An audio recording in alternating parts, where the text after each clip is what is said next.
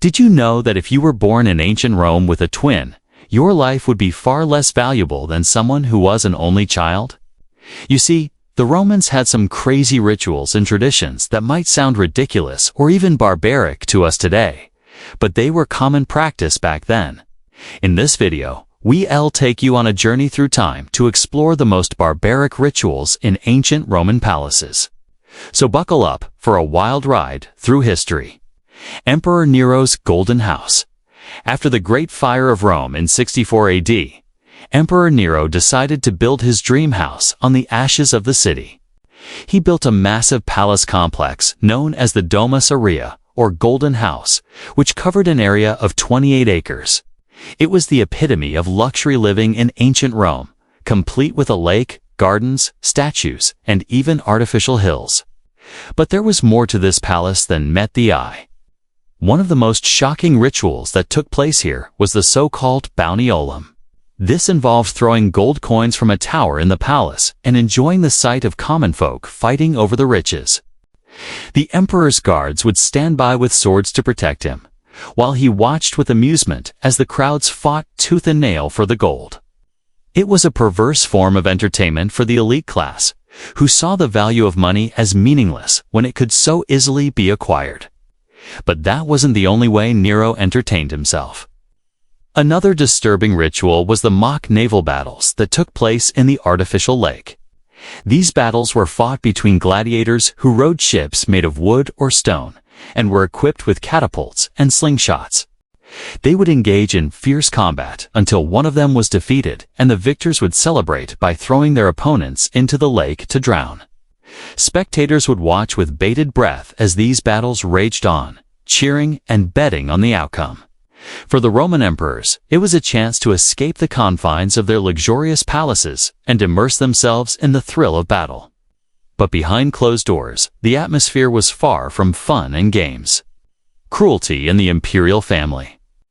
While the Domus Aurea may have been a symbol of opulence and power, it was also a place where unimaginable cruelty took place. When Caligula's mother, Julia Drusilla, died, he unleashed a series of bizarre and disturbing rituals to honor her memory. Despite her having been dead for 5 years, he had her embalmed and placed in a golden coffin, before parading it around the city in a procession. As if this wasn't strange enough, he then hosted a banquet inviting 8 men of only one type, bald, short, or fat. To top it all off, he unleashed poisonous snakes into the audience at the gladiator games, adding a terrifying twist to the brutal sport. His behavior was so erratic and disturbing that even his own grandmother, Livia, found him unfit to rule and had him declared insane. While the true extent of his madness may never be fully known, it's clear that the death of his mother had a profound impact on his psyche and led him down a path of unimaginable behavior. Caligula's successor, Claudius, wasn't much better. He chained women to chariots like horses and whipped them as they pulled him around. And when his wife, Valeria Messalina, allegedly committed adultery, he had her put to death in a most unusual way.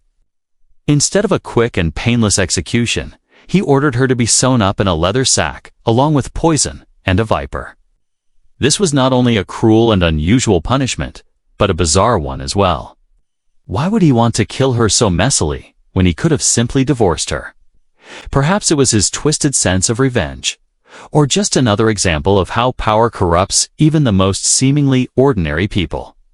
But it wasn't just the emperors who indulged in these barbaric practices. Senatorial excesses. The Roman Senate, which was supposed to be the governing body of the empire, was often consumed by its own selfish interests and indulged in some pretty messed up rituals. Take, for example, the case of the Senatus Consulta. This was a decree passed by the Senate in 179 BC that essentially made it legal to beat slaves to death without any repercussions. It was justified as a necessary measure to maintain order and discipline, but it was really just a convenient way for wealthy Romans to get rid of their slaves. It's hard to imagine that such a barbaric law could be passed in modern times, but it was commonplace in ancient Rome, and it wasn't the only example of the Senate's twisted thinking. In 133 BC, the Lex Cornelia de Sicaris et Mulieribus Corruptionis was passed, which essentially legalized the killing of hired assassins. The law stated that anyone who hired a killer would only be punished if they were caught. Otherwise, they would go free and keep their fortune. This created a whole new industry of hired assassins who operated with impunity, targeting anyone who had made powerful enemies. It was a dangerous game and one that led to a lot of bloodshed, but it wasn't all about violence and bloodshed. The Romans had a peculiar obsession with predicting the future and appeasing the gods. One of the most bizarre rituals they engaged in was the use of haruspicy, or the art of reading entrails. Haruspices were individuals who were employed by the state to examine the entrails of sacrificed animals and interpret them as signs from the gods. They believed that the patterns and abnormalities in the organs could reveal information about the future and help them make important decisions. While this may seem like a strange and unsettling practice to us today, it was taken very seriously by the Romans. The haruspices were highly respected members of society, and their predictions were often used to guide the actions of emperors and generals. However, their predictions were often vague and open to interpretation, which allowed them to be manipulated for political gain. Emperor Elagabalus and the infamous poison cup. As the heir to the Roman throne, Commodus's every move was scrutinized by the public and the imperial court. He knew that any misstep could be his last, and that those around him were always watching, waiting for him to slip up. And no one was more aware of this than his own mother. Julia Maesa. She had already seen the brutal machinations of court politics firsthand, and she knew that Commodus would need to be cautious. That's why she took it upon herself to train her son from an early age to be wary of those around him, teaching him to never accept food or drink from anyone he couldn't trust. But despite his mother's warnings, Commodus grew up to be impulsive and reckless, a danger to himself and to the empire. He threw lavish feasts, inviting 8 men of different types, bald, short, or fat, and chained women to chariots like horses, whipping them as they pulled him around. But it was his infamous poison cup that truly set him apart. He dipped his bread in poison and fed it to his guests, laughing as they writhed in agony. No one was safe from his deadly games, not even his own mother. When Julia Maesa tried to warn him about the dangers of his behavior, he turned on her, unleashing his poisonous wrath and ending her life. He may have thought he was invincible, but his mother's final warning was one he should have heeded. Commodus's poisoning of his mother was a tragic turning point in his life. It showed the dark side of Roman culture, where emperors could indulge in debauchery and murder with little consequence. It was a reminder that power corrupts and absolute power corrupts absolutely.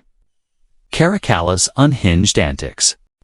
The Antonine dynasty was a golden age in Roman history, known for its military successes and cultural achievements. But behind the scenes, the emperors were anything but noble. Caracalla, the emperor from 198 to 217 AD, was notorious for his erratic and violent behavior. At one point, he chained women to chariots like horses and whipped them as they pulled him around. But his cruelty didn't stop there.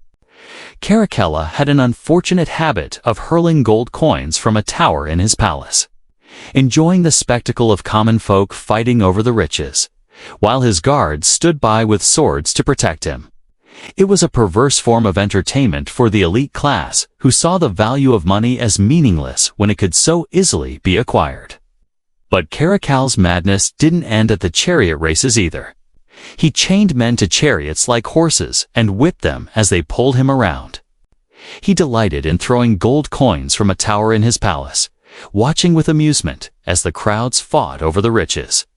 Caracalla's behavior was so disturbing that even his own grandmother, Julia Maesa, found him unfit to rule and had him declared insane.